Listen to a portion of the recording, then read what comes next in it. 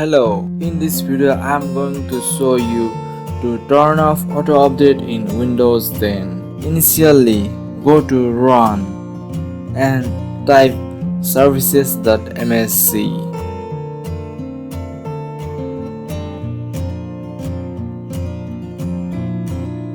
Hit enter.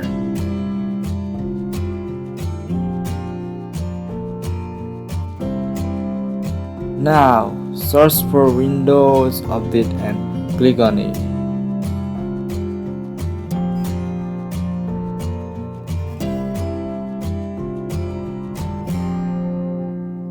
Here in Startup type, multiple options are available.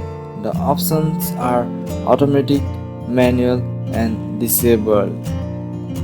Select options as per you want.